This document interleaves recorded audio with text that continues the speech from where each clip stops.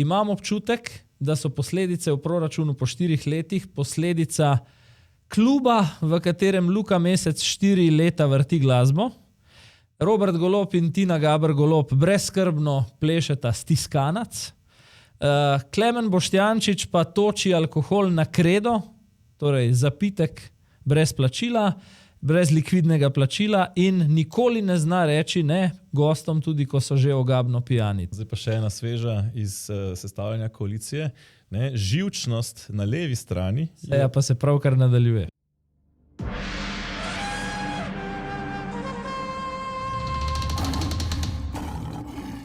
To je tedenski safari, podcast, ki so ga od začetka gledali nekateri levi in nekateri desni, zdaj pa že praktično kar vsi. Ja, podcast za leve in besne, danes pa še posebej pozorno z nami vseh 90 novoizvoljenih poslancev državnega zbora. Ja, teh 90 poslancev, ki ta trenutek, ko snemamo, ne, moram povedati, da to snemamo tik pred nadaljevanjem seje. Dobrih 5 minut, preden se prekinjena seja ob 14:30 nadaljuje. Ampak enostavno za vas, gledalci, ne, smo pač tukaj, da povemo lahko o pravem času. Želimo biti pravočasni v petek v nekak našem ustaljenem terminu.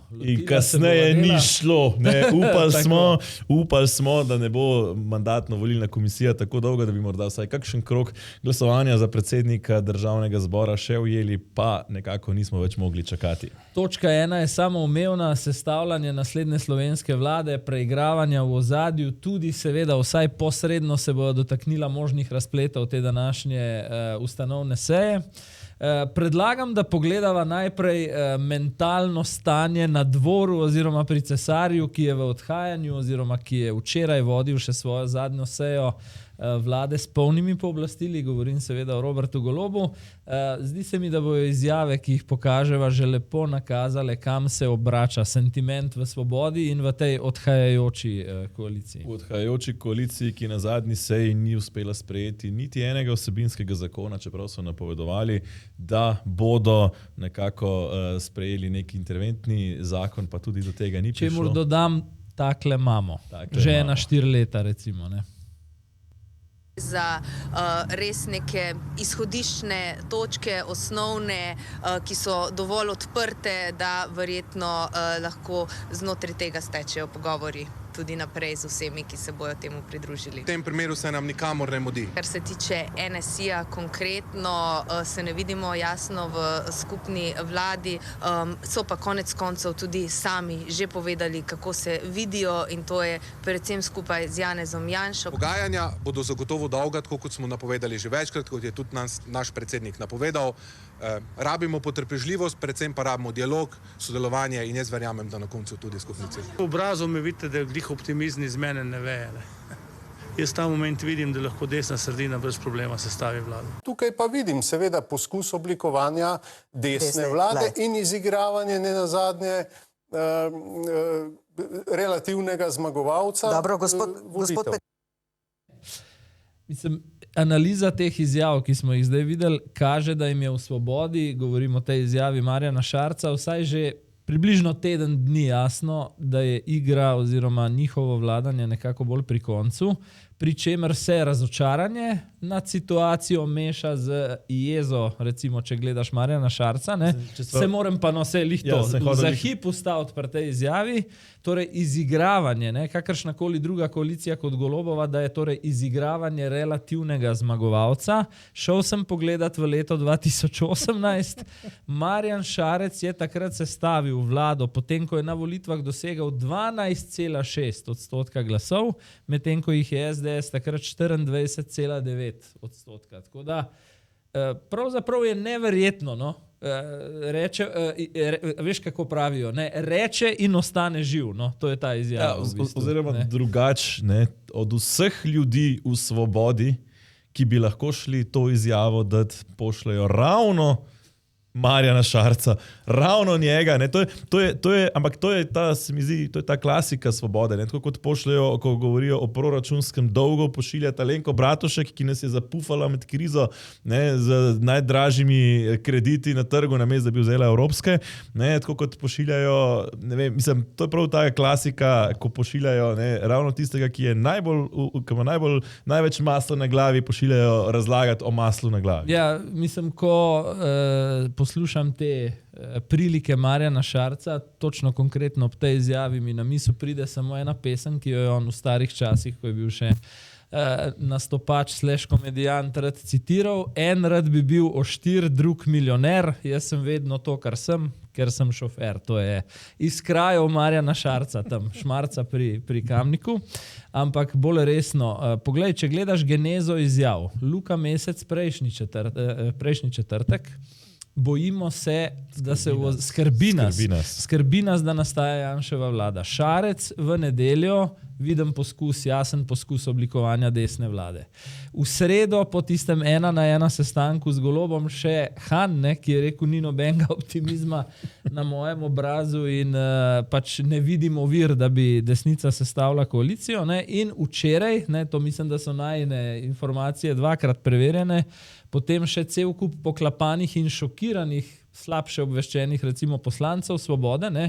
Med drugim so imeli za četrtek planiran tudi skupni sestanek 5 strank, ki so se do zdaj odzivale na Golobova vabila, ne, in so ga po teh sestankih 1-na-1 gladko odpovedali. Se pravi, če prej ne, je takrat, ko je sestanek odpadel vsem v Svobodi, postalo jasno, da ne gre računica v njihovo smer. Še posebej potem, no, po mojem, kot si omenil, vlada ni uspela na svoji zadnji seji s polnimi pooblastili sprejeti nekih interventnih ukrepov, ne, ga je pa isti dan popoldne v proceduro nek interventni zakon vložil ta tretji blok NSI, Demokrati, Resnica. Ne. Mislim, tukaj je jasno, da jih nekdo zdaj priročna metafora prehiteva po desni. Da tako rečem. Ja, oziroma bom drugače rekel, ne, mi imamo vlado, ki je do včeraj še imela polna pooblastila, ki je napovedovala, ne, kako bo rešila situacijo z pogonskimi gorivi, z naftno krizo in tako dalje. Torej, Han se tedensko sestaja z gospodarstvom. Ja, se pravi, imeli smo vlado s polnimi pooblastili, ki ni uspela sestaviti ničesar, in potem smo imeli opozicijo brez kakršnih koli pooblastil, ki je na sestanku, pač bom rekel, 3 strank, ne, sestavlja konkreten omnibus zakon, ne, za nasloviti torej ravno težave, pač, ki nastajajo zaradi krize v Hormuški ožini. Zdaj, če pokomentiram še Graha, ne, generalnega sekretarja Svobode, pa potem še Asto Vrečko v teh izjavah, zdaj tako, ne, pravi Grah se nam ne mudi. Ne, in dejansko, če pogledaš poteze tega tedna, kar se Gibanja Svoboda tiče, je to ta nek Golobov blef, torej javno ostajam v igri, figuriram kot resen mandatarski kandidat, ponujam strankam razrez. To je nekaj še nevidenega. Razrez resorjev, prvič, eni stranki, ki jo sploh od začetka ni zraven pri pogajanjih, NSI-ju, ne. Potem na drugi strani popolna ignoranca želje recimo Logarjevih demokratov, da bi se pogajali o konstelaciji, ki ne bi vključevala Levice. Ne. Še več, Levica zdaj v bistvu postavlja pogoje, kdo je lahko v tej bodoči vladi in kdo ne. Ne. Zanimivo, ne. NSI so izključili, ki se samo izključuje. Resnico so v Levici tudi izključili, ne, medtem ko demokrate nekako tolerirajo. Ne. In potem pazi še zelo spretno na nek način, veš, fingiranje, ustvarjanje vtisa, da se v novem mandatu pri 16 resorjih odpovedujejo preglasovalni moči, ne, da imajo 7 od 16 ministrov, pri čemer je jasno, kot so poslali ta razrez, ne, da bi imeli že z 2 ministroma Levice 9 od 16 glasov na vladi, ne, da ne govorim z SDM pa 11 od 16. Ne. Torej, če gledaš realno tudi tem novim elementom v vladi, recimo NSI-ju in demokratom, ne, ponujajo izjemno malo za to, da bi preskočili stran. Ja, ne. če že govorimo o tem, ne, kako, če že govorimo recimo o opciji, ki se je realno omenjala, torej edini opciji, ki se je omenjala Svobodo realno, ne, torej opciji 2-2, ne, ki sicer zaradi izključevanja NSI-ja, ki drži svojo linijo trdno, ni verjetna, ne, pa vendar, ne, takrat je recimo Gregor Virant je v intervjuju za naš portal Zanima.me zelo jasno rekel, ne, če bi resno razmišljali o taki opciji, potem bi moral recimo desni del te koalicije dobiti 50% ministerskih mest, ne pa slabe pač tretjine. Odločilni vpliv. Ne. Zdaj, tako bi pogledal, to dejansko deluje, mislim, da je Anže Logar te dni izrekel, da je to kupovanje časa, iz več razlogov, bom jaz rekel. En razlog je ta, ki sem ga omenil. Torej, Golob želi do zadnjega, ko bo to javno še mogoče uprizarjati, figurirati v javnosti pred volivci, pred svojo bazo, kot resen akter, ki vleče niti in ima škarje in platno in je pač sestavlja vlado. Ne. Drugi razlog, zakaj to počne, pa je vendarle tudi v politiki stara umetnost sejanja nezaupanja. Dokler torej pošiljaš neke ponudbe, naprimer Stevanoviću, ki je neke vrste kingmaker, ne, dokler mu ponujaš, da ostane, ne vem, izven vlade nek nadkoalicijski partner, dokler vendarle 1-1 prijeta k tebi, tako Stevanović kot Logar, ne, na drugi strani v bistvu s tem malo upočasnjuješ ali pa seješ neko nezaupanje v te pogovore desne sredine. Ne. Še en razlog, o katerem bi mogoče več za naše naročnike in podpornike v epizodi Safari Special, pa je, ne, zato bom tukaj samo omenil v grobem, nasplošno, Golob očitno tudi ve, da je konec, ne, kar kažejo neke poteze na holdingu slovenskih elektrarn, povezane s skupino Gen. To je seveda tisto domače interesno območje Roberta Goloba. Za danes zjutraj, naj bo zaenkrat ta informacija dovolj, so sklicali skupščino, torej na dan, ko se v bistvu oblikuje parlament, nepomenljivo, v nekih izrednih političnih okoliščinah 100% državno podjetje sklicuje skupščino, več pa se pravim v posebni epizodi. Ne. Jaz bom tukaj dodal samo to, ne, da se mi zdi, da so dve opciji. Ali da je Golobu že jasno, da je konec in si zato ureja zlato padalo, ali pa vendarle mu še vedno živi v iluziji, da morda še ni konec, ker nekatere druge poteze kažejo, da morda vendarle še živi v iluziji, da še ni konec, pa si vendarle za rezervo pripravlja zlato padalo. Je pa tudi še tretji razlog, zakaj počne, kar počne te dni, in to je, da v bistvu pripravlja protinapad za obdobje potem, ko mu recimo uradno na očeh javnosti spodleti, ne, ker bo govoril o izdajalcih, ki so se mesec dni pogajali z figo v žepu, konkretno recimo Anže Logar. Ne. In zdaj, če pogledaš Levico, ne, to se naravno navezuje na to poanto, Asta Vrečko je pa že globoko v tej kampanji. Ona pa je nastopila pred Kristalno palačo, kjer je sedež Gibanja Svobode, že v sredo, če mene vprašaš, kot opozicijska poslanka, ki govori o NSI-u, ki je satelitska stranka SDS-a, ki govori o med vrsticami o Logarju kot o trojanskem konju, ne, ki se vrača v objem k Janezu Janši. Torej, Levica je pa tista, ki je prva že preskočila v opozicijsko razmišljanje. V bistvu, no, ker če smo realni, drugega kot opozicije Levici pravzaprav ne gre pripisati, ker v nobeni, in to celo v obeh scenarijih. V nobeni konstelaciji z nobenim potencialnim premijerjem Levica ne bo v koaliciji. Ker Luka Mesec je nekomu ta teden izrekel, ne bom omenil komu, da se zaveda, da ga je Robert Golob takoj pripravljen zamenjati za NSI, naprimer, ne, in po drugi strani seveda v Janševi konstelaciji sploh ne figurirajo. Kot v Janševi konstelaciji zagotovo ne, v Golobovi prav tako ne, ker skoraj karkoli drugega bodo verjetno in demokrati in resnica in potencialno NSI požrli kot sodelovanje v vladi s stranko Levica, še posebej je to pomembno zato, ker stranka Levica je Robertu Golobu diktirala tempo. Torej, celo če bi se v nekem usporednem vesolju pogovarjali še vedno o vladi Roberta Goloba, ki ni še povsem 100% izključena, je pa v veliki meri že torej propadla, ne, opcija, pa vendar ne bi želeli imeti, da ni torej tam Luke Mesca, ki še peta v Robertu Golobu, torej da odsotnost vsebine Gibanja Svoboda pravzaprav nadomestijo demokrati in NSI, če bi recimo do tega prišlo, pa kot rečeno, mislim, da si niti Svoboda, niti socialni demokrati te opcije niti zares ne želijo. Zdaj omenili smo ohlajanje te levo-sredinske konstelacije in rekla sva Janševa različica, ne, torej da nekaj nastaja na desni sredini. Predlagam, da pogledava dve izjavi SDS-a. Izbrala sva jo zato, ker zelo dobro ponazarjajo ta, bi rekel, toplo-hladno signal, ki ga SDS po volitvah daje od sebe, kaj točno v ozadju načrtuje oziroma ne načrtuje. No. Ja, informacij pa ne manjka. Mi se zaenkrat ukvarjamo s tem, ali sploh imamo legitimne rezultate. In ko bo to več ali manj jasno, če bo jasno, se bomo ukvarjali z naslednjimi koraki.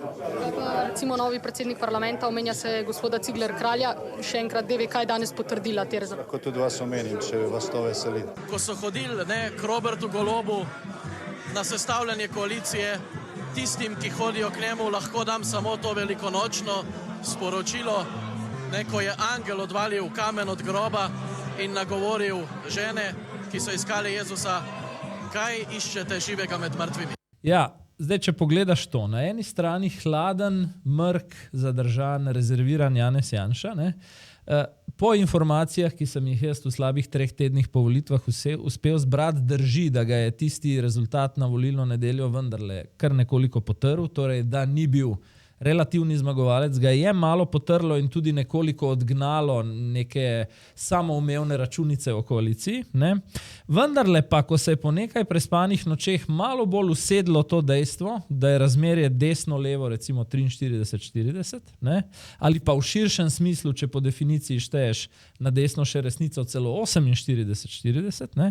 Mu je ta pozicija poraženca, ki izpodbija rezultate volitev, tudi prišla izrazito prav. Zakaj jaz tako mislim? Ne? Dokler je vsakič, ko se pojavi pred šopkom mikrofonov v javnosti, govori o DVK-ju, o nepravilnostih na voliščih, o izpodbijanju rezultatov in ustavnih pritožbah in podobno, mu na nek način zmanjka časa oziroma ni potrebno odgovarjati na druga. Bolj zanimiva vprašanja, s kom se naprimer on ali pa bolj realno njegovi posredniki v tem času srečujejo v ozadju. Konkretno, če želiš, ne, sem slišal, da v teh 3 tednih je bil Zvonko Černač kot podpredsednik stranke eden najbolj aktivnih v zakulisnem dogovarjanju. Ne. Na drugi strani, dajva še to pogledati, ne, zaletava. Čustvena izjava, malo prehitra, če mene vprašaš, recimo Žana Mahniča, kaže, kakšne so pa vendarle realne ambicije SDS-a v ozadju. Torej pravi, v prispodobi Golob je mrtev, smo lahko razumeli, ne? Pogajate se lahko samo še z nami. Ne? Pravzaprav je prispodobo, jaz razumem drugače, no? Razumem v smislu, Janša ni mrtev, je med živimi. Tako, no? Zdaj, mi smo tisti, tako, s katerimi se realno lahko pogajate. Ne? Vse ostalo je mrtvo. Ne? Vodimo igro, kar je seveda, se pravi, čustvena izjava nekoga mlajšega, manj izkušenega, ki ga, tudi malo poznavajoč Žana Mahniča, že močno vlečejo sirene na oblast. Ne? To vsekakor, ne, ampak jaz mislim, da tukaj je treba poštevati še eno stvar. Ne? Tukaj se mi zdi Janez Janša kot izrazito izkušen politik, ne?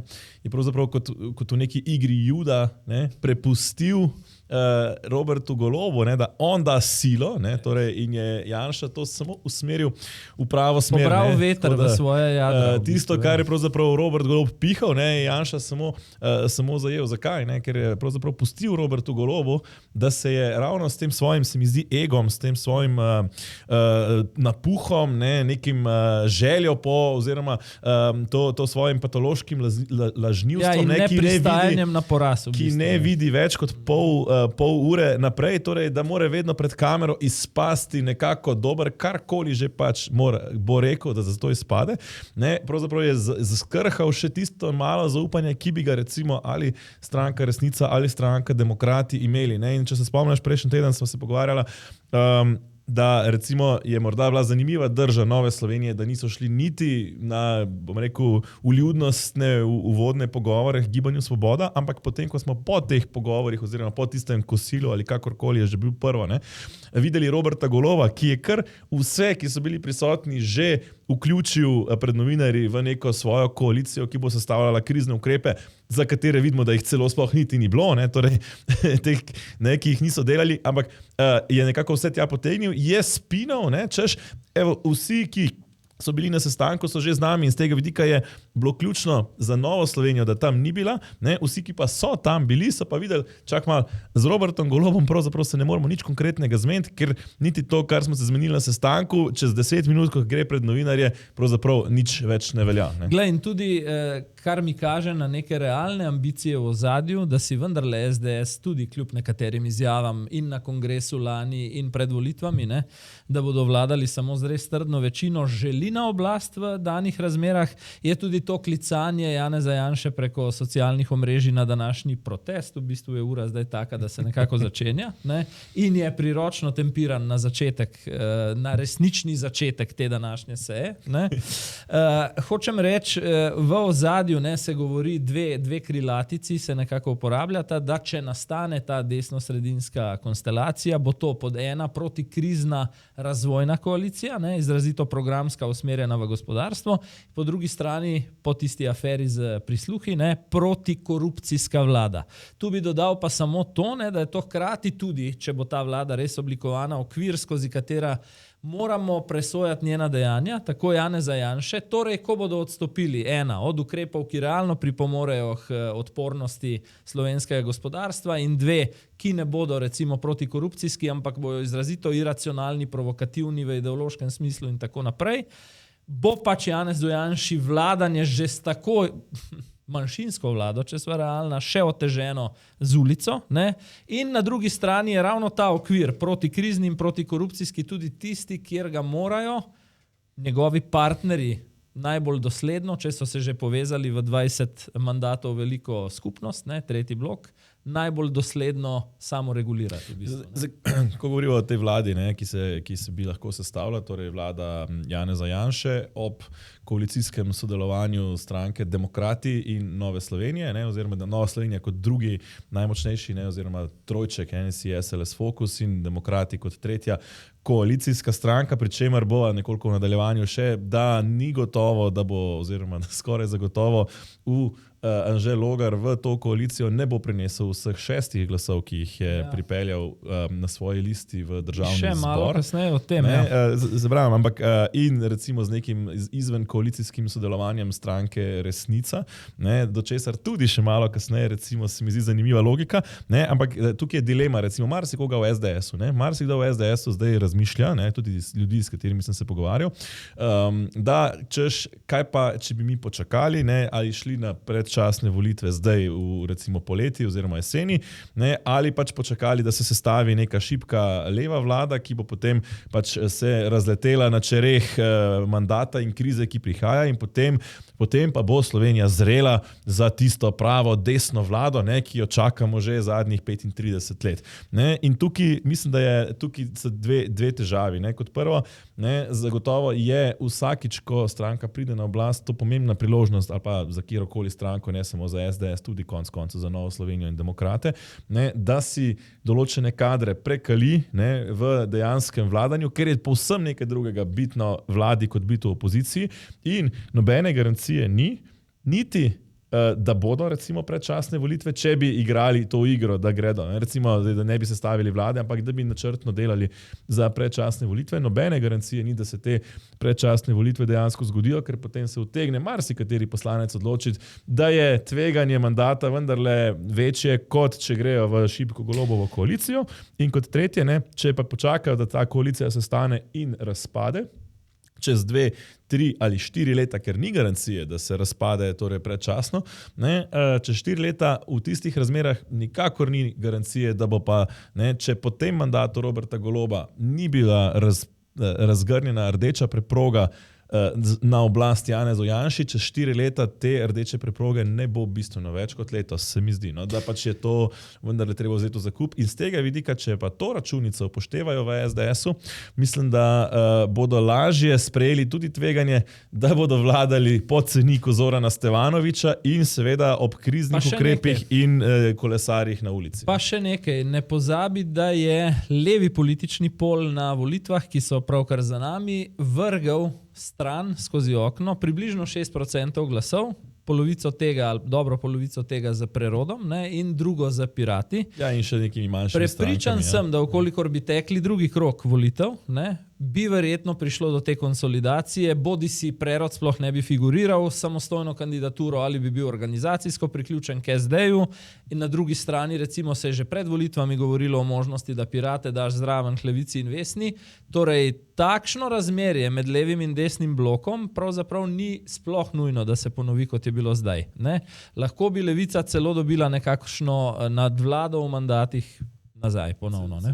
Celo bi si upal reči, da skoraj zagotovo v primeru, da bi res prišlo do teh hitrih predčasnih volitev, govoriva, da se vlada sploh ne bi sestavila, in bi šli direktno še enkrat na volitve, kar se mi zdi vedno manj verjetno, ampak v tem primeru... Jaz bi recimo današnji protikorupcijski protest deloma vidim, kot tudi za vsak slučaj. Janša vendarle pušča tistih 5 do 10% možnosti za predčasne volitve, s protikorupcijskim protestom na nek način vodi naprej kampanjo, za primer, če bi volitve že bile, pri čemer pa jih tudi jaz vidim kot precej malo verjetne. Ja, vedno manj verjetno. Ampak tudi če bi do njih prišlo, skoraj zagotovo je bilo manj list, ker ne nazadnje velike stranke so nekako pripravljene financirati še eno volilno kampanjo, majhne stranke, ki pač na vsake 4 leta naberejo, postrgajo tiste volilne kandidate, pa potem po teh težkih porazih zdaj prodajajo pohištvo, da bi poplačali volilne dolgove. In zdaj sva pri tistem ali pa pri tistih, ki so to situacijo, ki opisujeva po mojem po volitvah najbolj racionalno in najhitreje uspeli razvozlati. In to je Jernej Vrtovec, ki je prevzel to pobudo.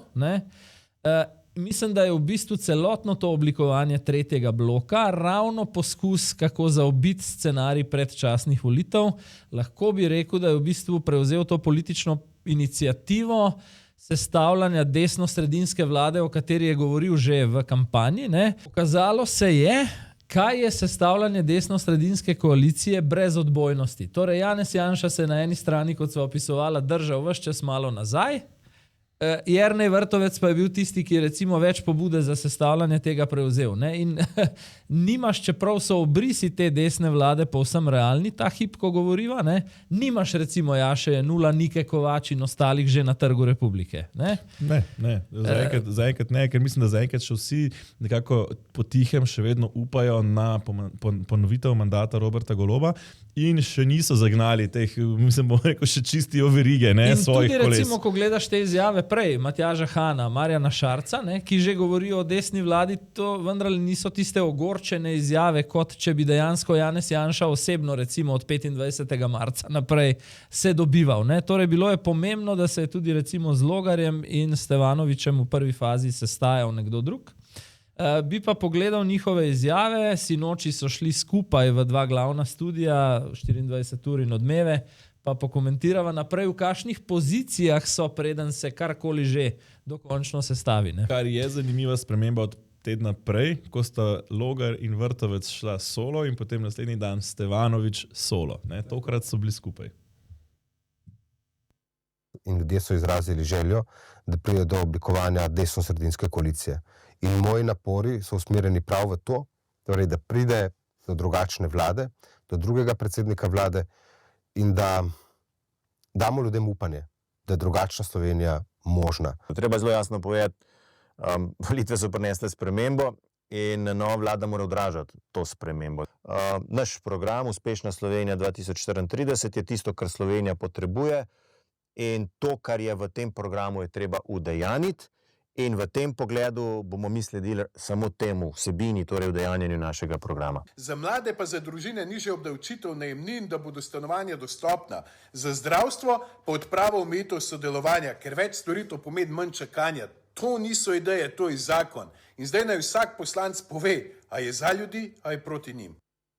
Zdaj, če pogledam to različno pozicijo, v najbolj udobni definitivno vidim Jerneja Vrtovca. Govoril je iste stvari pred volitvami, med kampanjo, njegovo sporočilo je ostalo enako po volitvah. Se pravi, edina možnost desno-sredinska razvojna koalicija. Kot rečeno, prevzel je politično iniciativo, po volilni nedelji se vsaj navzven medijsko zdi, da je prvi nekako nečustveno, hladno, racionalno preštel nova razmerja, sestavil na podlagi tega preštevanja ta tretji blok, odigral neko vlogo motivatorja, to, kar ves čas govori, rad bi vrnil, dal upanje. Morda ga je celo deloma Janezu Janši vrnil v obdobju po 22. marcu in potem prevzel še programsko inicijativo s tem 12-točkovnim interventnim zakonom. Jaz bi dodal še eno stvar tukaj pri Jerneju Vrtovcu. Jernej Vrtovec je tudi v zelo ugodni situaciji, ker po volitvah, ne, torej je na listi NSI, SLS, Fokus precej zadovoljstva. Ne. Res, da morda Tina Bregant, ki si je strašno želela biti poslanka in je bila potem na drugem mestu, sicer še v ptujski enoti, kjer je kandidirala, ni bila poslanka, ampak SLS ima poslanca. Torej SLS lahko reče, šli smo v te volitve z namenom, da pridemo v parlament in smo tam. Enako Fokus Marka Lotriča. Ne, obe stranki, tudi ko gledaš bolj natančne analize, sta dobili točno toliko poslancev v tej skupni listi, kot je njuna dejanska specifična teža. Ne. Tako da to je iz tega vidika recimo zelo zadovoljstvo in vsi na skupni listi so zadovoljni s tem sodelovanjem. Nova Slovenija je imela ta teden recimo svet stranke, kjer tako pravijo tisti, ki so tam bili, ne, da tako enotne stranke že dolgo niso videli niti pod Bajukom, niti pod Milo Novak, niti pod Matejem Toninom. Tako da Jernej Vrtovec ima zelo udobno pozicijo, iz katere lahko gre in ali tudi v vlado, ali celo po potrebi recimo na predčasno. Ja, in te 3 tedne po volitvah je do zdaj po mojem mnenju izkoristil za dodatno utrjevanje in profilacijo svojega in osebnega profila in stranke. Zdaj, če greva naprej, Zoran Stevanović. Rekel bom relativno hitro in spretno se mi zdi, da je uspel splezati iz predvolilnih izjav, da se ne vidi ne pri Robertu Golobu, ne pri Janezu Janši, češ v vladi nas ne bo, ne? In ostaja na tej liniji. V vladi ga ne bo, ne? Zdaj po zadnjih informacijah, ko to snemava, figurira kot kandidat za predsednika državnega zbora. Ja, priročen izgovor, v vladi me ni. Dejva povedati, ko smo že potem, se pravi, še danes zjutraj je med novinarji veljalo, da ima največ možnosti za izvolitev Janez Cigler Kralj. Mi smo sicer opozarjali, da tisti, ki gre na konklave, ki ga večkrat to sejo parlamenta primerjajo s konklavom, češ ne moremo zaključiti, dokler se ne pokadi bel dim, so citati. Skratka, kdor gre v te konklave kot favorit, se mu kaj hitro lahko zgodi, da to ni. Nazadnje Nova Slovenija je imela močno pozicijo glede tega. Pravkar je priletelo, da so poslanci potrdili mandate, tako da od te točke naprej grejo v poskuse izvolitve predsednika državnega zbora. Ampak zna še nekaj časa trajati. Tako, Skratka, dokler je Janez Cigler Kralj tisti, ki je izkušen parlamentarc, ki je korekten, ki je pošten in nekako umirjen, torej bi v tej vlogi igral verjetno precej dobro, in kar je koristno za razliko od ostalih kandidatov, ki se omenjajo, pač je že bil poslanec, torej dobro razume, kako državni zbor deluje, bil je en mandat poslanec, predtem pa dolgo časa strokovni sodelavec v parlamentu, tako da res pozna. Na drugi strani imamo pa Zorana Stevanovića, ki je celo ta trenutek, ko to snemava, najverjetnejši favorit. Bova videla, koliko se utegnejo stvari še spremeniti, oziroma koliko so informacije, ki jih imava, bodo potrdile tekom glasovanja. Pa vendar Zoran Stevanović kot najverjetnejši favorit ima, bom rekel, nekaj pomanjkljivosti in eno točko, ki ga vrhunsko pozicionira na to mesto. Bom začel s pomanjkljivostmi. Mislim, zelo me bo bolelo tudi sam, kot Slovenca, da nam bo drugo najvišjo funkcijo v državi zasedal Srb, in ne samo Srb, ampak Srb, ki igra precej izrazito prosrbsko politiko, ko govorimo o raznih retorikah. Tako da tukaj to je neka bolečina, ki jo bomo Slovenci morali požreti v tem mandatu. Slišim pa, da je to pod vplivom pravoslavne linije, ki zdaj vodi Srbsko pravoslavno cerkev v Sloveniji, vendarle linija, ki je recimo, ki služi kot nek higienik po Zoranu Jankoviću, oziroma sta to 2 liniji v konfliktu. Tako, in druga stvar, Zoran Stevanović vendarle je začetnik. Torej, danes je prvič zares prestopil prag parlamenta, in bomo lahko videli, po moje, ne tako hudo kot pri Urški Klakočar Zupančič, pa vendarle se lahko zgodi nekaj diletantstva, ravno zaradi tega, ker pač te funkcije ni vajen, parlamenta ni vajen. Tudi spremljala sva recimo sejo mandatno-volilne komisije, v kateri tudi še par besed, kjer je bil Zoran Stevanović podpredsednik, vidno se je dolgočasil nekako nezainteresiran v teh neskončnih preigravanjih SDS-a in Gibanja Svobode. In v tem kontekstu bo zanimivo videti Zorana Stevanovića, če bo na tem mestu, zakaj pa zakaj pa je resnica tukaj vrhunsko pozicionirana. Prvič, resnica je nekako najbolj tista medblokovska stranka, ki bi lahko ali zavračala ali sprejela obe strani. Torej je nek most med obema poloma, recimo, tudi ko se pač pogovarjamo o teh zadevah. in s tem bi Zoran Stevanović izrazito udobno bil v koaliciji in ne bi bil v koaliciji. Ne. Specifična teža resnice s 5 poslanci bi recimo pri številu ministrstv, ki se je nekako omenjalo, težko presegla več kot 2 ministrstvi, ne, in večinoma se v teh koalicijskih preigravanjih funkcija predsednika državnega zbora prodaja nekako, oziroma je v teh koalicijskih matematikah vredna nekje 2 ministrski mesti in iz tega vidika je celo za Novo Slovenijo po moje tudi ugoden ta razplet, ker s tem Nova Slovenija, ki je bistveno bolj operativna, dobi 2 dodatni ministrstvi na mesto enega mesta predsednika državnega zbora, ki je bolj protokolarna funkcija kot pa zares efektivna, torej so v vladi bistveno težji, hkrati zadržijo v orbiti Zorana Stevanovića, ki ga v vladi praktično potem tudi ni. Ne? Tako da je ta njegova zunaj koalicijska, nadkoalicijska, polopozicijska drža lahko zelo koristna ravno v tem kontekstu sestavljanja te Janševe vlade. To je tudi zelo jasno nakazal v tem sinočnem nastopu na Odmevih in na 24 ur, kjer je temu, da v vladi nas ne bo spretno začel dodajati, ne bomo pa povzročali politične krize. Torej, dali bomo glas za mandatarja, je bilo razumeti v oklepaju, ne? In ukolikor je, trenutno to še ni jasno, dejansko postal tudi predsednik državnega zbora oziroma postal v kratkem, ima to ugodno pozo, o kateri si govoril. Tudi je med tednom nakazal z nekaterimi svojimi zapisi na družbenih omrežjih, ne, da ko bere sporočila na Facebooku, naprimer po volitvah, je vendarle več kot polovica tistih, ki pravijo, da bi bila povezava z Golobom, izdaja njihovega glasu, ne, in da je teh, ki to menijo za Janeza Janšo oziroma podporo Janezu Janši, vendarle vsaj nekoliko manj. Zdaj, pri Anžetu Logarju sva. Jaz ocenjujem, da je v daleč najtežjem položaju med vsemi. Razlog pa po mojem, razlog še zdaleč niso samo besede pred volitvami, da ne gre z Janšo. Tudi skromen izplen, ki mu, nepričakovano skromen, bodimo realni, ki mu ne daje veliko manevrskega prostora, to je eno. Torej tudi v pogajanjih, po mojem, na koncu ne bo mogel pokazati prav velikih trofej, zakaj je torej pristal na mesto v Janševi vladi. Ne? In na drugi strani dejstvo, da ni ne njega osebno, niti Eve Irgl v parlamentu, vendarle ni nepomembno. Eva Irgl, na primer, je šla z njim iz SDS-a takrat, ne, in je Logar neke vrste karierno njen moralni dolžnik. Ne. Nikogar od njiju ni in predčasne volitve, ne, bi lahko dejansko bile konec njune politične kariere.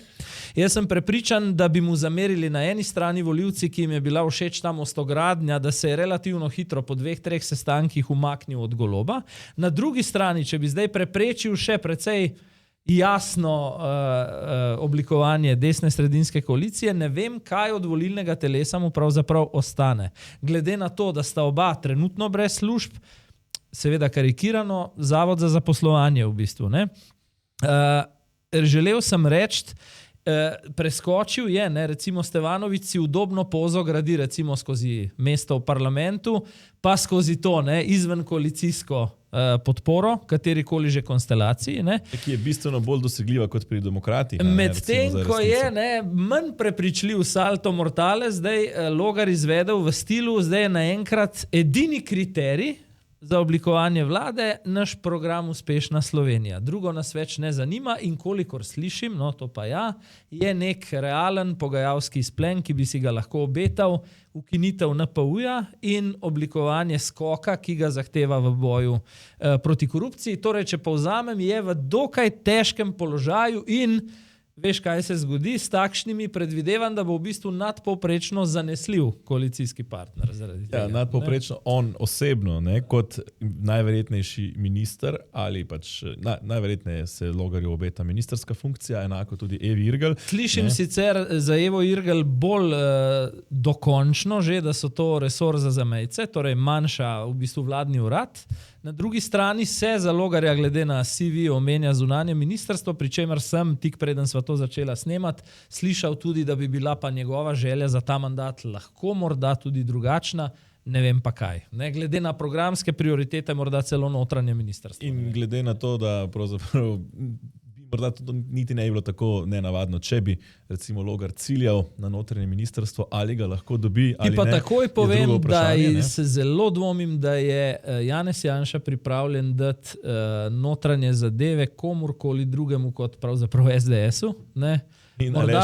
Morda pogojno NSI-u, pri čemer bi si upal staviti, glede na to, da samoumevnega kandidata kadrovsko v NSI-u za notranje zadeve ne vidim, da bi bil to nekak kandidat, ki bi ga NSI posvojila od SDS-a v lastno kvoto. Ne? Pri čemer mislim, da NSI bo tokrat bolj previdna pri tem, ker se je prejšnjikrat nekoliko bolj opekla s temi kandidati, ki jih je recimo SDS potisnil v NSI kvoto in potem govorijo o 5 NSI-jevih ministrih, v katero je štel tudi zdajšnji SDS-ov kmetijski Jože Podgoršek. In še ena težava je pri demokratih, ko jih našteva, zakaj so v precej neprijetnem položaju, in to so vse vedno bolj glasne govorice o neenotnosti poslanske skupine.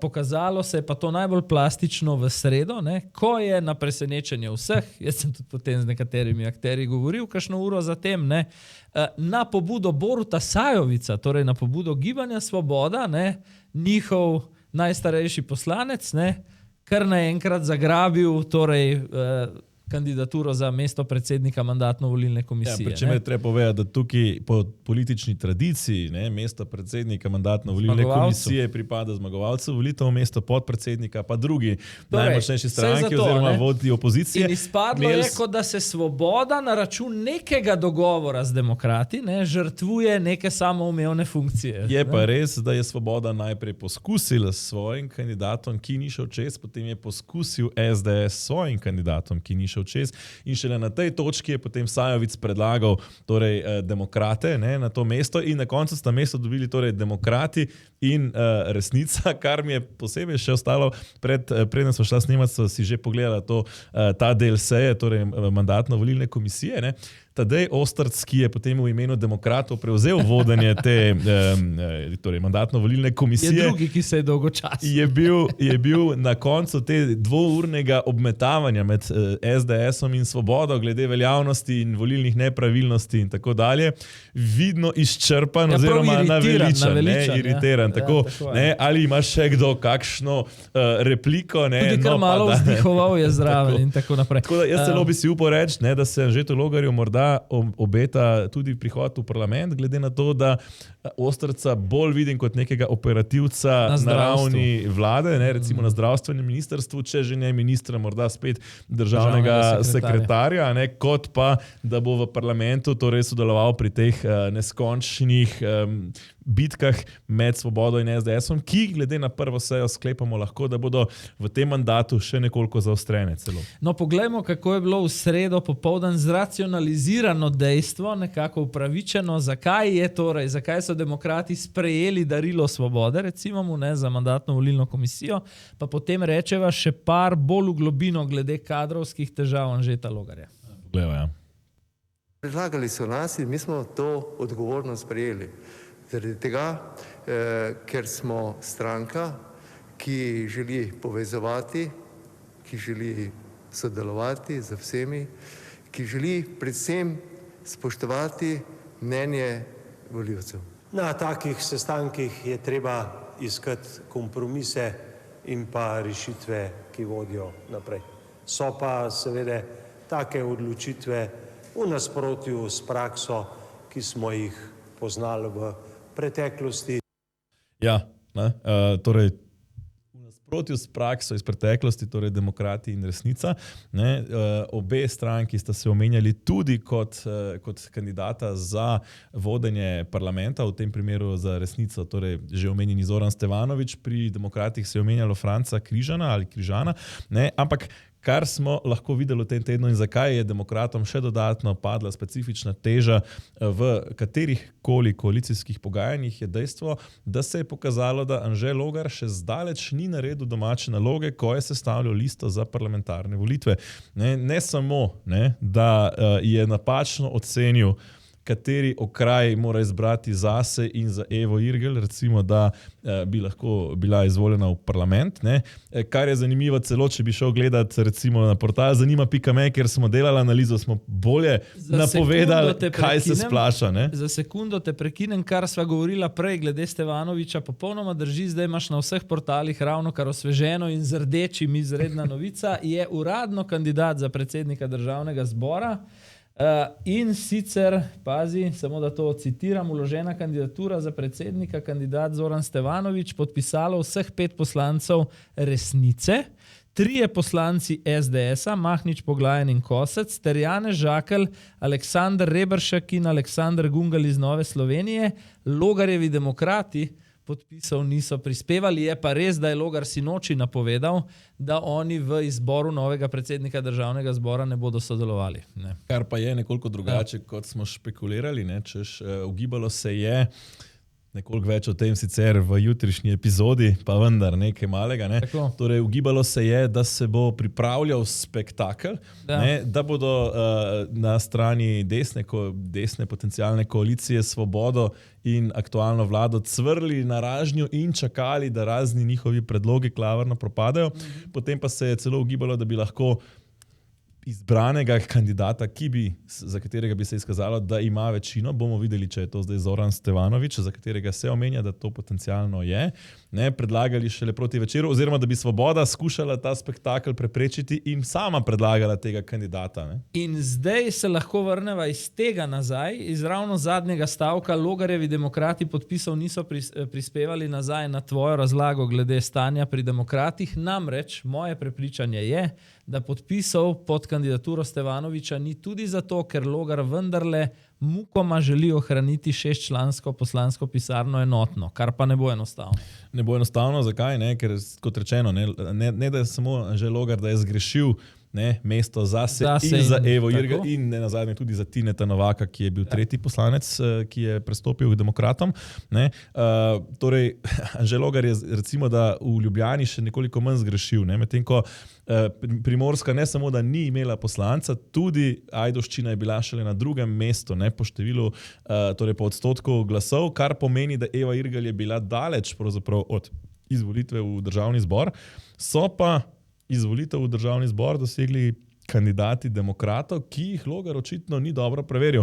V prvi vrsti pa se spomnim, kako naključno pravzaprav takrat, ko nisva še imela nobenih informacij, sva se šalila na volilni večer, češ, da bi lahko Robert Potnik morda odpotoval in izključno na osnovi priimka, sva takrat to špekulirala. No, ravno Robert Potnik se omenja kot eden prvih, ki bi lahko zapustil poslansko skupino demokratov, kar bi nekomu, ki je pripravljal kandidatno listo, moralo biti jasno, če bi se recimo kdaj odpeljal v Radlje ob Dravi in vprašal kakšnega domačina, kdo Robert Potnik sploh je. Robert Potnik se je, mislim, da včeraj popoldne prvič po volitvah javno oglasil, ko se je začelo špekulirati, da tudi Franc Križan, torej poslanec, ki danes zaradi svojega emša vodi ustanovno sejo, ni zanesljiv glas v Janševi koaliciji, se je potem oglasil še Robert Potnik in spregovoril o tem, da sam zagovarja vlado 2+2, torej Svobodo, SD, NSI in demokrate, za katero je bolj kot nejasno, da je ne bo. In da za njo stoji predvsem del gospodarstva, ki si želi nekega biznisiranja tako malo z levimi in malo z desnimi. Tako je. Zdaj, če greva ime po ime, Franc Križan je poslanec, ki po vseh informacijah, in preveril sem jih na več koncih, ki ga je nekako na listo demokratov priporočil Otmar Zoran. Torej, vplivni lobist, prostozidar, o katerem se je precej govorilo tudi v finišu kampanje, da nekako vpliva na kadrovsko zasedbo demokratov v smeri ravno neke mešane koalicije. Še bolj morda zanimiva pa je zgodba Roberta Potnika. Malo je namreč takšnih, ki vedo, da je v Radljah ob Dravi, na Koroškem, podžupan v občini, ki jo vodi župan iz vrst SD, Alan Bukovnik, da je ob tem tudi, to mi ravno kar kaplja po SMS-ih, medtem ko snemava, dolgoletni lastnik Maremberg kafeja na Mariborski ulici v Radljah, kjer ima, pazi, že 10 let brezplačno v najemu občinske prostore, 10 let neplačanih najemnin za skladišče tega gostišča, ki ga ima v lasti, je menda ocenjeno na približno 50.000 evrov. In je to drugi poslanec, ki se omenja, da bo, ukolikor torej Janša sestavi koalicijo, ne, odpotoval v skladu s svojim priimkom kam drugam. Te moram popraviti, no, Radlji ob Dravi so sicer na Štajerskem, ne na je. Koroškem, Ja. pa vendar, ne, torej nekako omenja se opcija, da bi bil torej, potnik, novi poslanec socialnih demokratov, ne, medtem ko Križan ni izključeno, da ne bi prestopil recimo v Gibanje Svoboda. Gibanje Svoboda, ki bo sicer v opoziciji verjetno stranka v naglem razpadanju, pa vendarle ni za pozabiti, da je pa Franc Križan Že čez upokojenec, 70 let star in je pravzaprav se lahko po politični epizodi samo vrne nazaj v pokoj. Ne? Torej ga pravzaprav usoda neke stranke, ki bi se pridružil, niti ne zanima kaj preveč. Zdaj, primer, ki sva ga omenila, jaz mislim, da bo zanimiv tudi za kakšno protikorupcijsko komisijo. Ne? Zdaj, ali je, ne trdim, da je, pa vendarle zanimivo vprašanje, ali je recimo glas Roberta Potnika vezan na 50.000 evrov uslug strani župana iz vrst SD, ne vem. Ne? Pravijo pa, da je to še en neselekcioniran kader po vzoru Franca Križana, ki so ga nekako morda celo posredniki SD-ja podtaknili Logarju. No, da zaključim nekako to, ne, se mi zdi, da presenečen sem, vendarle je Logar sestavljal listo več kot eno leto, ne, lahko bi rekli celo ne od predsedniških volitev leta 2022 naprej, je nekako delal na tej torej, svoji bodoči stranki, kakorkoli. Ne. Presenečen sem, da ni bolj preveril tako kandidatov, ki jih je potem dal na listo, kot tudi nekoliko bolj natančno sondiral, kakšen dejanski občutek, sentiment volivcev, oziroma obstaja možnost, da ga je pač bistveno spremenil ravno v zaključnih soočenjih. Tako da tukaj pravzaprav me preseneča nespretnost Anžeta Logarja, glede na to, da je vendarle človek, ki je v politiki že 25 let in ki se je te igre dobesedno učil od Janeza Janše. Ne? Zdaj sprašujem se vmes, ko razlagaš, pravzaprav, ali bo že danes Robert Golob podpisal kapitulacijo. Če pogledaš podpise pod Stevanovićevo kandidaturo za predsednika Državnega zbora, ne, ni Svobode zraven. Torej, možno tudi, da na glasovanju, tajnem glasovanju ne bi dali glasov zraven. Ne? Torej se nekako v nasprotju z napovedmi že danes v bistvu Robert Golob tudi javno poslavlja od tega, da bi figuriral kot mandatar.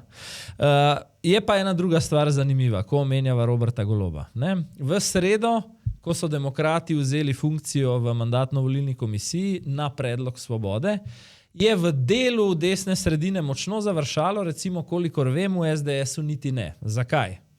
Možno je seveda gledati na stvar tudi z druge strani. Ne? Da torej nekdo, ki je že dogovorjen z Janezom Janšo, vzame funkcijo še v kvoti, komu jo ponuja Robert Golob. Podobno bi se lahko danes recimo zgodilo z Zoranom Stevanovićem, kjer bi povsem lahko ga podprli tudi poslanci Svobode, da se ohranijo v igri za sestavo vlade. Ne? In bi na koncu izpadlo ironično, da pravzaprav nihče ta hip tako zelo aktivno ne dela na četrti vladi Janeza Janše, kot jo sestavlja Robert Golob osebno. Ne? Ja, tako nekako, kot so že ocenili. Seveda vse funkcije, ki jih že Svoboda nameni potencialnim partnerjem Janše, so funkcije, ki jih potem Janša ne bo žrtvoval. Ne? Tako da na nek način celo trasira pot četrti Janševi vladi, ta njegov blef. No, ker bodo ljudje že na funkcijah. Ampak, torej, kot rečeno, glasovnice se še štejejo. Res je, seja je približno, ko tole snemava, 20 do 25 minut že prekinjena, tako da mislim, da v roku 5 minut bova videla, ali se bo šlo v glasovanju. Ali kaj v tem času pa naftnik draginji oziroma krizi, ki nenazadnje torej je še vedno problem vlade Roberta Goloba, ki od danes naprej upravlja tekoče posle. Glej, malo okvirja, težke globalne razmere, o katerih še bova potem proti koncu bolj natančno. Pa vendarle, zbral sem nekaj podatkov. V Hongkongu, na primer, je dizel v zadnjih dneh dosegel 3,8 evra na liter.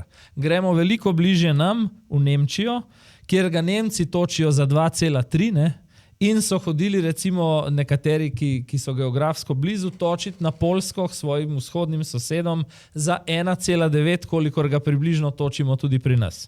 Nizozemska je točila ta teden za 2,6 evra na liter. Skratka, dejansko izjemna naftna draginja, izjemna energetska draginja, ne. Zdaj, ocene njenega umirjanja so pa različne, ne. Še vedno so povsem realne ocene, da se bomo tudi v Sloveniji dotaknili 2,5–2,7 evra na liter, ne.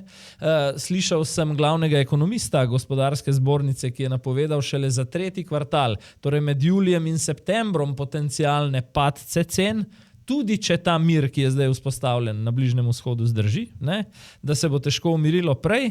In zdaj imaš, ne, vlado, ki na zadnji seji z polnimi pooblastili ne sprejme nikakršnih interventnih ukrepov, neko uredbo, da bodo pač spremljali, kako cene naraščajo in ukrepali po potrebi. To me spominja po tisti košarici, ko so inšpektorje pošiljali v Špar pa v Eurospin gledati, koliko stane piščanec. In na drugi strani ta omnibus zakon, ki ga je pa v zavetrju, ne, pripravil ta trojček NSI, SLS, Fokus pa Resnica in Demokrati, ne, za katerega pa danes Klemen Boštjančič, finančni minister v tekočih poslih, ki je še vedno odgovoren, da v tem obdobju ukrepa, ko je nujno potrebno, ne, ocenjuje, da je stvar neizvedljiva. Ko je bila Svoboda povabljena, da se o tem zakonu izjasni, njihov prvi finančnik ocenjuje, da je to neizvedljivo, s čemer bi se morda glede na stanje, ki ga pušča v proračunu naslednikom, celo dalo strinjati, ker kolikor sem uspel pogledati, omnibus, ki ga predlaga desna sredina, je vreden proračunsko približno 800 milijonov evrov na leto, nekaj takega. Tako, ne, zdaj kar nekje pravijo, da še vedno ni potreben rebalans proračuna, ko bomo videli, če res ni. Ne, kar je še zanimivo, ne, omnibus, ki so ga pripravili torej skupaj Nova Slovenija oziroma trojček NSI, SLS, Fokus, Demokrati in Resnica, so do danes, do 12. ure, ne, ko so dali ostalim strankam čas, da se izjasnijo, ali ga podpirajo ali ne. Načelno podprli v Slovenski demokratski stranki, sicer pravijo, da bodo dodali sami še nekaj svojih predlogov, pa vendar ne, torej kaže, da je vendarle tudi SDS pustila pravzaprav to pobudo, ne, vsebinsko pobudo, torej tretjemu bloku, ne, kar bi bilo, se mi zdi v preteklosti, težje predstavljivo. Nekako tudi SDS očitno kaže nekaj želje po spremembah, ne, ker spomnimo se, pred časom bi bila verjetno situacija taka, da bi SDS rekel ne, potem pa čez 2 tedna obrnil 3 besede v tem omnibusu in rekel, no, zdaj ga pa podpiramo. Ne. Slabih 10 minut, gledam 15:25 se nadaljuje seja, verjetno z glasovanjem, ne. Tako da slabih 10 minut pa bomo vedeli, pri čem smo predvidoma. Zdaj, glede gospodarskih razmer, bi jaz predlagal, da pogledava kolaž izjav. Gospodarstvo kriči vmes, ko se politika prešteva, predvsem po eni stvari. Predvidljivo poslovno okolje. Na drugi strani pa mi je, kar bomo videli, pomenljiv, povsem usklajen nastop Antona Ropa, nekdanjega premierja, in nekdanjega finančnega ministra v desni vladi Janeza Šuštaršiča, torej 2 zelo nazorsko različnih finančnih mislecev, ki sta ta teden v Odmeve nacionalne televizije prišla povedati isto stvar, da to, kar smo gledali, no go, ne gre več. Ne? Tako je, pogleda. Po podatkih Eurostata ima Slovenija lani enega največjih povečanj stroškov dela v Evropski uniji. In zato je ključno, samo še to povem, ne, da se v koalicijskih pogajanjih, to, kar se sedaj pogovarja, ne, pogovarja predvsem vsebini, pogovarja predvsem o ukrepih, ki jih bo mogla ta vlada nujno narediti in ne o delitvi ministerskih stolčkov. Tako da, kar se tega tiče, mislim, da je ta pristop relativno slab in da ne bo pripeljal do končnega cilja. Če trendi pri izdatkih ostanejo naslednja 4 leta takšne, kot so bili v obdobju 2022-2025, bomo imeli leta 2040 primanjkljaj 10 milijard in javni dolg na ravni 90% BDP-ja. To so projekcije, če se nadaljuje enaka politika, kot je bila. Vsekakor bi podjetja želela poznati ta nov strošek minimalne plače že pred planiranjem oziroma pripravo plana za naslednje leto. Zelo enostavno je zagotoviti enostavno ali pa predvidljivo poslovno okolje v smislu, da veš, da tvoja vlada ne bo na vrat na nos spreminjala predpisov in zakonov, ki se te tičejo. Ne? Mislim, jaz se s tem strinjam, da je to seveda težko, ampak to je možno. Možno je pa takrat, kadar se rezerve naredijo, takrat, ko je to možno. Takrat, ko je situacija dobra, ko je stabilna, ko je gospodarska rast, takrat je treba misliti na to. In nekdo, žal, na to ni mislil. Če ti povem čisto sveže informacije od vira na finančnem ministrstvu, prejšnji teden sem rekel 0,7 milijarde evrov primanjkljaja nastalo leto samo od januarja do marca. Če vzameš lanski primanjkljaj, sta to 2,5 milijarde in če vzameš 12 mesecev dinamično, ne, torej od lanskega marca do letošnjega, smo po nekaterih informacijah že preko 3% BDP-ja v primanjkljaju, ne, in kolikor slišim, se omenjajo na finančnem ministrstvu celo depeše iz Bruslja v zvezi s primanjkljajem. Torej, v časih, ki niso bili krizni, ker kriza je v bistvu zdaj, ne, šele morda prihaja, prav zares, morda ne, pa še to ne. Tako, so uspeli pripeljati s politiko zadnjih 4 let pravzaprav Slovenijo na prag trojke. V časih izobilja, mirno rečeno. Ne samo to. Ne. Torej, imeli smo polno zaposlenost, rekordno nizko brezposelnost, ne, torej na področju prispevkov, ne, in davkov dohodnine, ki izvirajo iz naslova zaposlitve, ne, maksimalni možni prihodki. Ne, to je prva stvar. Druga stvar, torej, krize praktično ni bilo več, nekaj malega je še interventnih ukrepov po poplavah, pa tudi tistih ne bistveno več. Ne. Torej, čas, ko bi morali graditi rezerve, ne, smo ustvarjali tak deficit. Ne, in to je bila zelo huda kritika Antona Ropa čisto v zadnjem stavku tega nastopa. Ne. Nekdo bi moral misliti, ko je bil še čas, pa ni mislil. Ne. Pričemer je potem paradni projekt vlade, torej dolgotrajna oskrba, bila ta teden v več medijih raztrgana. Dolgotrajna oskrba je pravzaprav že v rubriki Črna kronika skoraj. Ne. Ker smo hkrati videli, da je bila sestavljena dolgotrajna oskrba, da je na ZZZS-ju bo že letos zmanjkalo denarja zanjo, kljub temu, da so ga lani pobirali na rezervo.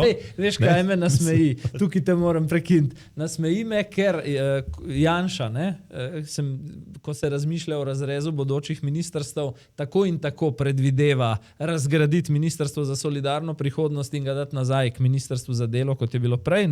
Oziroma delno infrastrukturo. Pa še bolj zanimivo je, da ko je Svoboda pošiljala razrez ministrstev, ne, je tudi Golob predvidel, da se tega prekletstva solidarne prihodnosti reši in da ga razdeli na 2 resorja v bistvu. Ja, ne, ampak torej, ta dolgotrajna oskrba, torej paradni projekt te vlade, ne, zdaj šele po volitvah smo zares videli, kako zelo, pa nekaj smo že prej opozarjali, ampak se je še razkrili dodatno, kako zelo je bilo to pesek v oči. Torej, tiste, ki so že bili v domovih, ne, so jih na hitro prevedli v nov sistem, zato da so lahko pokazali, kako so se spustile položnice v domovih starejših, pri čemer več kot očitno oskrba na domu sploh ne deluje.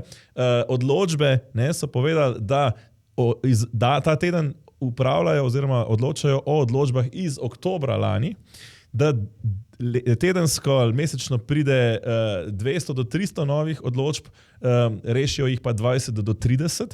Ne? Ta teden smo zvedeli, da informacijski sistem, ki bi moral delati lanskega aprila, in je Maljevac takrat nakazal, ja, tik smo v fazi testiranja, sploh ni bil narejen in so ta teden odpovedali pogodbo s tistim dobaviteljem in začeli šele se dogovarjati z novim dobaviteljem, da bo naredil informacijski sistem za dolgotrajno oskrbo, torej sistem, ki so ga genialno pripravili prejšnji vladi. Ne? Mislim, to... Da se vrnem še na proračun, bi rekel samo to.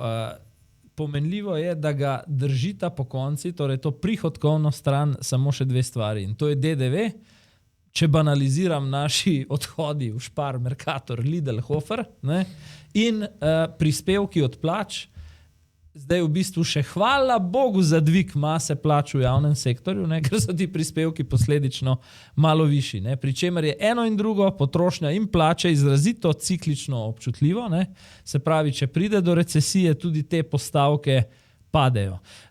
Rekel bi ti še to, danes sem zapisal to na socialnih omrežjih. Imam občutek, da so posledice v proračunu po 4 letih posledica kluba, v katerem Luka Mesec 4 leta vrti glasbo. Robert Golob in Tina Gaber Golob brezskrbno plešeta Stiskanac. Klemen Boštjančič pa toči alkohol na kredo, torej zapitek brez plačila, brez likvidnega plačila in nikoli ne zna reči ne, gostom, tudi ko so že ogabno pijani. To je v bistvu ekonomska politika po vladi Roberta Goloba. Ja, zdaj pa še ena sveža iz sestavljanja koalicije. Ne, živčnost na levi strani pa se pravkar nadaljuje. Živčnost na levi strani je tako izjemna, da nobena izmed levih strank ni prevzela glasovnic za glasovanje. Torej niso prepričani več o zvestobi niti lastnih poslancev, kar se sklada z nekaterimi neuradnimi informacijami, ki sem jih ta teden dobil. Namreč, da bi prav lahko tudi kdo iz leve sredine pristopil na tajnem glasovanju. Torej zagotovo v tem primeru to sledi enako, tudi če bo šlo za glasovanje za mandatarja Janeza Janšo. Še to, ko sva bila ravno pri gospodarskih zadevah, mislim, da je enoten nastop Janeza Šuštaršiča in Antona Ropa, torej levega in desnega finančnika, če želiš, pokazal, da je ta interventni omnibus zakon, ki ga zdaj daje na mizo tretji blok, pravzaprav stvar ne oblikovanja desne ali leve vlade, ampak stvar higienskega minimuma in nujnosti zdravega razuma.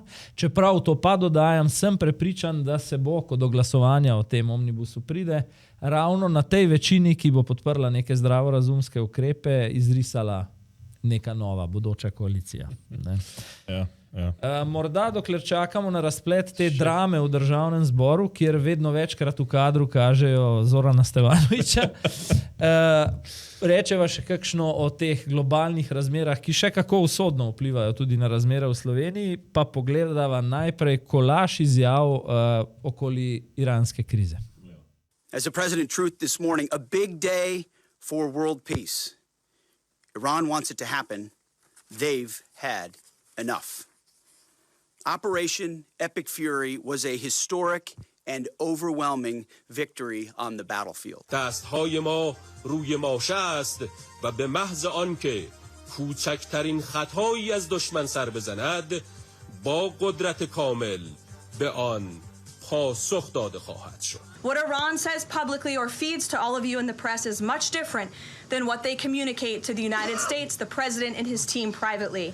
Zdaj, čeprav ameriška administracija, Trumpova administracija razlaga, da je bilo vse do milimetra kontrolirano, in mislim, da sem slišal obrambnega ministra Hekseta reči, da je bilo po urniku, po časovnici, vse po predvidevanjih, se meni v resnici zdi, da je bil Trump osebno, pa tudi njegova ekipa, precej nepripravljen na ta gospodarski del, na posledice za borzne indekse, na posledice za preskrbo z energenti, njihovo ceno. Tu se mi je zdela v bistvu situacija, kar nekako skočili so v prazen bazen, kot bi rekel Marjan Šarec, recimo. Oziroma zdaj, ko gledamo to analizo, me spominja na tistega ribenškega kovača, ki ga vprašajo, kaj dela, pa reče, če bo bolj špičasto, bodo vile, če ne pa lopata.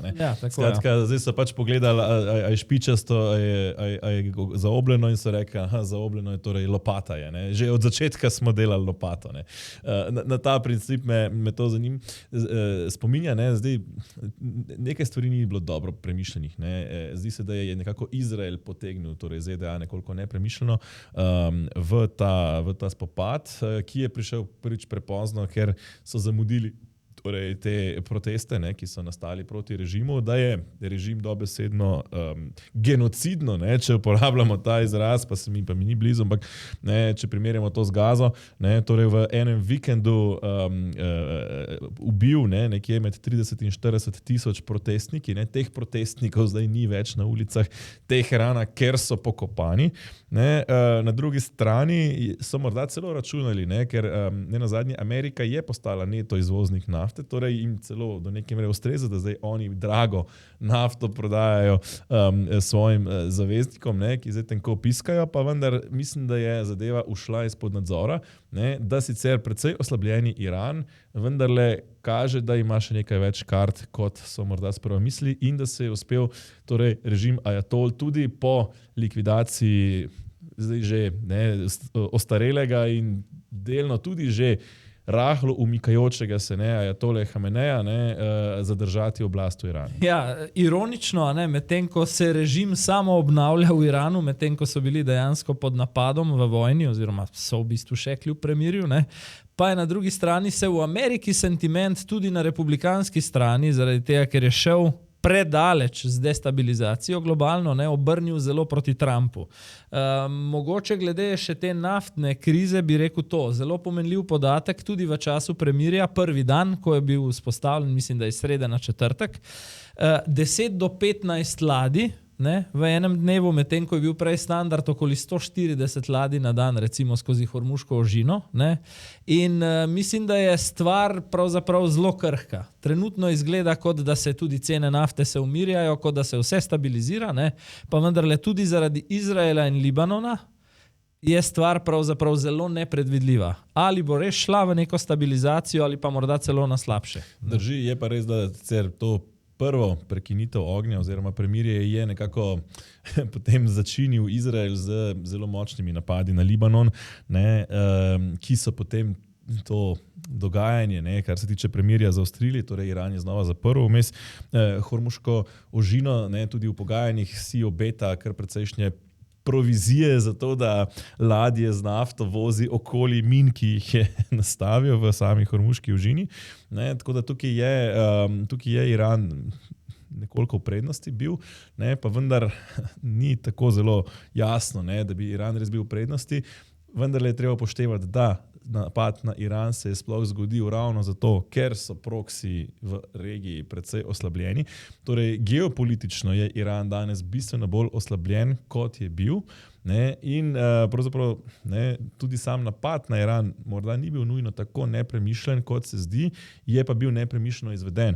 Vendar je treba upoštevati, da iranski režim je bil v razvoju jedrskega orožja in če bi Iran razvil jedrsko orožje, je to verjetno celo bolj nevarno, kot če ga ima recimo Severna Koreja, ker ne nazadnje vemo, Severna Koreja ga predvsem uporablja kot zavarovalno polico za to, da se kdo ne loti njihovega režima, ne, medtem ko Iran pač aktivno grozi recimo obstoju države Izrael, ne, in država, ki bo spet rekel, genocidno grozi drugi državi z izbrisom, ne, in poseduje jedrsko orožje, je za svet precej nevarno. Tako da v tem kontekstu jaz razumem tudi napad Trumpa na Iran, recimo, bomo rekel, potencialno v narekovaju mirovniško, ne, torej za preprečitev, torej, da bi zelo agresiven režim prišel do jedrskega orožja, morda celo, da bi uspeli režim zamenjati, in so se pa očitno tega lotili, recimo, ne da bi naredili do konca domačo nalogo, kot recimo Anže Logar, ne.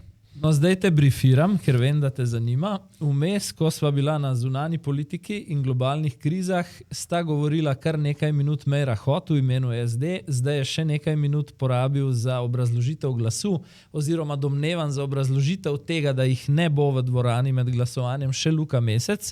Zoran Stevanović pa je med tema dvema nastopoma Meiri Hot se smehljal, zdaj še Borut Sajovic prihaja, medtem ko se je Luki Mesecu, med Meiro Hot pisal SMS-e mrzlično, medtem ko se je Luki Mesecu nasmihal, domnevam, da je Mesec povedal par krepkih na račun naslednjega predsednika državnega zbora, pri čemer po Urški Klakočar Zupančič niti nisem prepričan, ne, da mislim, skoraj gotovo ne spuščamo standardov, bom rekel. Po Urški Klakočar Zupančič bi mogel Zoran Stevanović res iti v hude ekscese, da bi spustil ta standard še nižje, no? ker res pač ne, tukaj tudi leva koalicija težko karkoli pametuje, ne, v tem kontekstu. Skratka, seja je v fazi, kjer kot vidim odhajajoča koalicija razlaga, zakaj ne bodo sodelovali pri glasovanju. Imava še nekaj minut, ki jih po mojem lahko nameniva medtem še na hitro volitvam na Madžarskem. Ta vikend tudi njih čaka izjemno pomemben politični dogodek. Volitve prve po 16 letih vladavine Orbana, na katerih se resno lomi njegova vladavina, ne, namreč raziskave javnega mnenja dajo nekje do 15% prednosti njegovemu protikandidatu, Madžarju.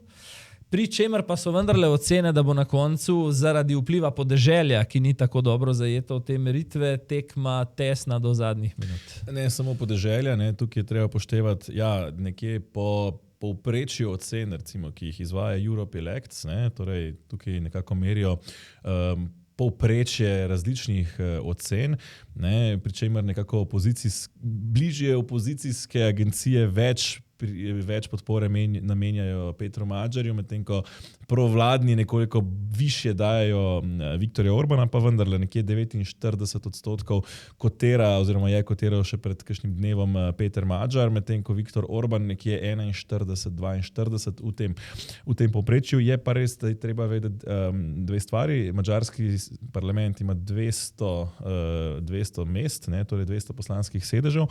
Dobro polovico jih izvolijo prek okrajev, slabo polovico po proporcionalnem sistemu, ki je recimo podoben tistemu, ki ga imamo v Sloveniji. To pomeni, da nekje ta proporcionalnost, ne, se zelo pozna ravno pri tem slabi polovici glasov, medtem ko gre za okraje, gre za enokrožni večinski sistem. Torej, stranka, ki doseže največ glasov v nekem okraju, ima tam kandidata. In v tem kontekstu ima Fides, oziroma načeloma največja stranka v državi, ne, ima v teoriji bistveno prednost, ker je zelo težko v večini okrajev recimo preseči tistega, ki je pač kandidat največje stranke, še več, ne, celo skrajno desna stranka, ki je še bolj desna od Fidesa, je nekako pozivala svoje volivce, češ na tisti glasovnici, ki je na nacionalni ravni, torej na proporcionalni glasovnici, podprite nas,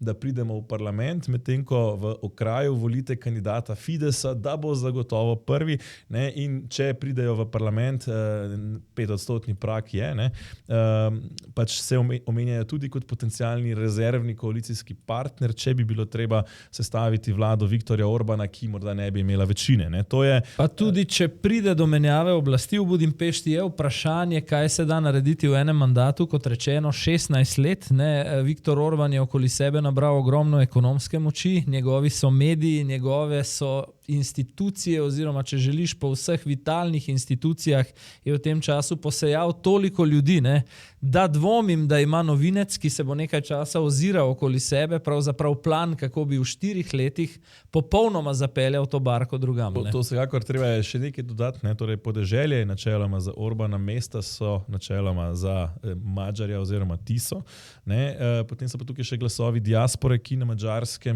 niso zanemarljivi, ne, torej govorimo o veliki manjšini v Romuniji, na Slovaškem, nekoliko manjši v Ukrajini in Srbiji, ne. Torej ti glasovi utegnejo tudi večinsko biti za Orbana in se da z njimi nekoliko več recimo tudi manipulirati, ko govorimo recimo o morebitnih volilnih nepravilnostih. Ne.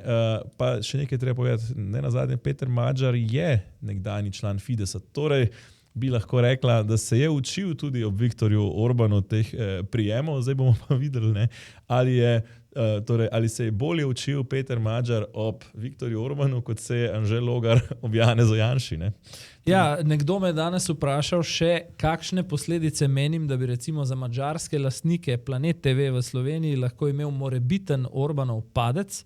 Zdaj ravno zato, kar sem govoril prej, ker torej vsaj do nadaljnega Orban ohranja ogromno ekonomske moči in vpliva na medije pod seboj, mislim, da ne prav velikega vpliva, morda ima celo večji vpliv na Planet TV dejstvo, da se utegne tule v Ljubljani pač obrniti smer, oziroma se med tem konkretno obrača v 4. vlado Janeza Janše. Ja, nekako zdaj ne konkretno za Planet TV, pa vendar za medije, ki so v nekako orbiti SDS-a, ne, se omenja nuja po sestavi Janševe vlade. Nekateri zaposleni v teh medijih so precej panični, ukolikor bi prišlo do še ene vlade Roberta Goloba, ker bi jih v tem primeru utegnili finančno izčrpati. Ne. Tako da morda toliko o Madžarski, vsekakor bo zelo zanimivo spremljati v nedeljo, kam se bodo stvari obrnile. Ne. Zdaj pa morda še zadnje informacije. Imamo kakšne nove?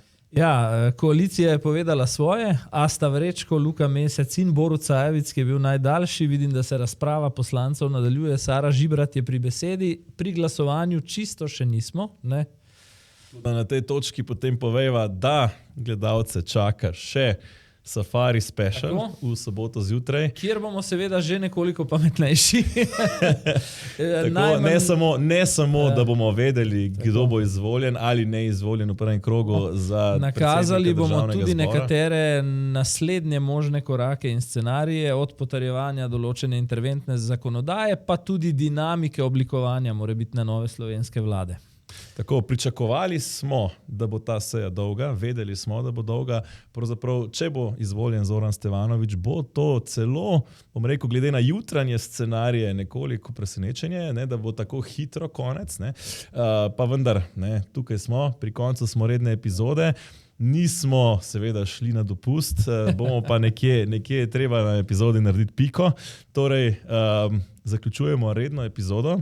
Ja, lahko bi rekli, glede na to, sklenil bi z eno tako mislijo, glede na to, kar smo videli že danes od jutra, ko je Robert Golob se sprehodil v državni zbor s stavkom "Sem optimist, samo mirne živce do izvolitve predsednika", pa do tega, da bo praktično desna sredina, kot razumem pri glasovanju, ostala sama v dvorani. Do tega, da je prepovedal dvig glasovnic svojim poslancem, torej to ni znak mirnih živcev. To je pravzaprav metafora tega, kako gremo iz arogance, napuha Roberta Goloba v četrto Janševo vlado, kar bo tudi nekako naslov najine današnje epizode. Bom pa rekel, da bo ta vlada v glavnem, kot razumem, 41 poslancev z občasno podporo še 5. Torej, eno je, da Janez Janša jemlje nazaj svoje besede o vladanju z tisto res robustno večino, kar je govoril tako na kongresu stranke kot tik pred volitvami. Ne. Zato moram reči, da bom še toliko bolj pozorno, ukolikor se ta mandat dejansko potrdi, ne, za sestavo vlade, naslednja leta ali morda do konca mandata spremljal njegovo samoomejevanje. Ali bo torej ob že tako nemogočih razmerah v državnem zboru, kjer bo potekalo trgovanje od zakona do zakona, ne, tvegal še skrajno ideološkimi stvarmi ali ne, to je točka, na kateri jaz tej novi vladi gledam pod prste, ukolikor se bo oblikovala. Ne. Ja, povemo še. Moram pa dodati tudi to pa ja, in želim to povedati, da glede na to, kar smo gledali 4 leta, mi je generalno jasno, da tega ne moremo gledati več. Z tega vidika pa je sprememba smeri pozitivna. Skratka, povemo še, ne, da vse popoldne in tudi jutri bomo dogajanje spremljali na portalu zanima.me, kjer lahko si sproti spremljate sveže informacije. In pa torej jutrišnja epizoda Safari Special, ne, kjer bomo že vedeli kaj več, predvsem pa razkrijemo še serijo podrobnosti zakulisnih iger, ki so se ta teden vile na hodnikih državnega zbora in še kje izven Veliko njega. bonusov smo pustili za naročnike in podpornike, to lahko zagotovim. Tako je. Hvala vsem za zaupanje, hvala za izjemne številke gledanosti na tej odklenjeni epizodi in za hitro naraščanje števila naročnikov. Tako, uniki še niste, pa zgolj še vprašanje, kaj še čakate, ne? Lep pozdrav.